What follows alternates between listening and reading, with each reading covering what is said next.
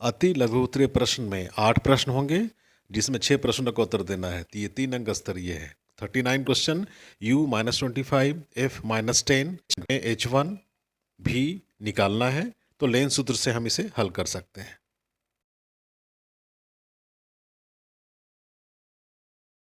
Question number 40, एक किरण आरेख खींचना है विद्युत सर्किट का, जिसमें 2 वोल्ट के 3 सेल और 3 प्रतिरोध 5, 8, 12 को श्रेणी क्रम में रखना है और एक प्लग कुंजी के साथ बनाया गया है।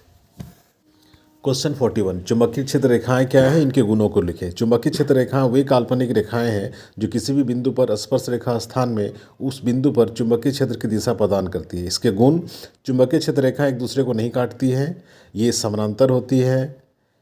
चुंबकीय क्षेत्र रेखाएं कम होने पर चुंबक की तीव्रता भी कम हो जाती है। चुंबकीय क्षेत्र की दिशा क्षेत्र रेखाओं पर रेखा खींचकर निर्धारित की जा सकती है।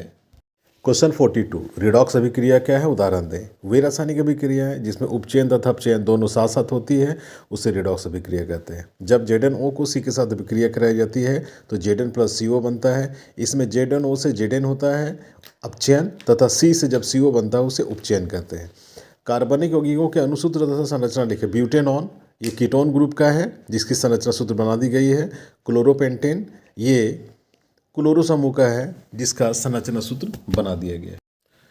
ये मेथनॉल का संरचना सूत्र है CH3OH जो अल्कोहल ग्रुप का है। क्वेश्चन 44, मनुष्य के 3 हार्मोनों के नाम लिखें तथा उसके कार्य बताएं। 3 हार्मोन हैं: insulin hormone, thyroxine hormone, testosterone hormone. Insulin hormone यह शर्करा की मात्रा का नियंत्रण करता है।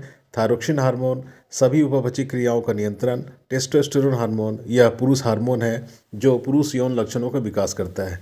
क्वेश्चन 45, हम ऊर्जा के वैकल्पिक स्रोतों की ओर क्यों ध्यान दे रहे हैं।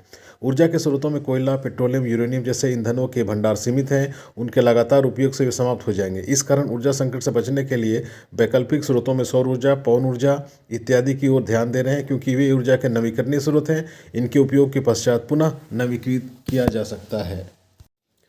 ओजोन परत की क्षति हमारे लिए चिंता का विषय क्यों है। इस क्षति को सीमित करने के लिए हमें क्या क्या कदम उठाने चाहिए। ओजोन परत सूर्य से आने वाली हानिकारक पराबैंगनी किरणों से सुरक्षा प्रदान करती है।